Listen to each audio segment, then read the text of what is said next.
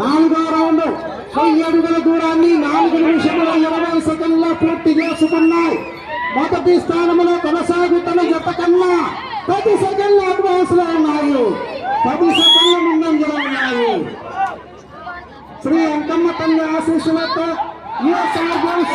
కుమారెడ్డి శ్రీవల్లి గారు కల్లన్నపాలెం మండలం ప్రకాశం జిల్లా వారి జత పోటీలో ఉన్నాయి.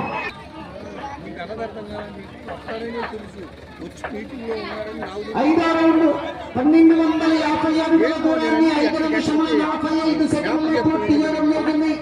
మొదటి స్థానంలో కొనసాగుతున్న జత కన్నా 3 సెకండ్లు వెనుకంజలో ఉన్నవి.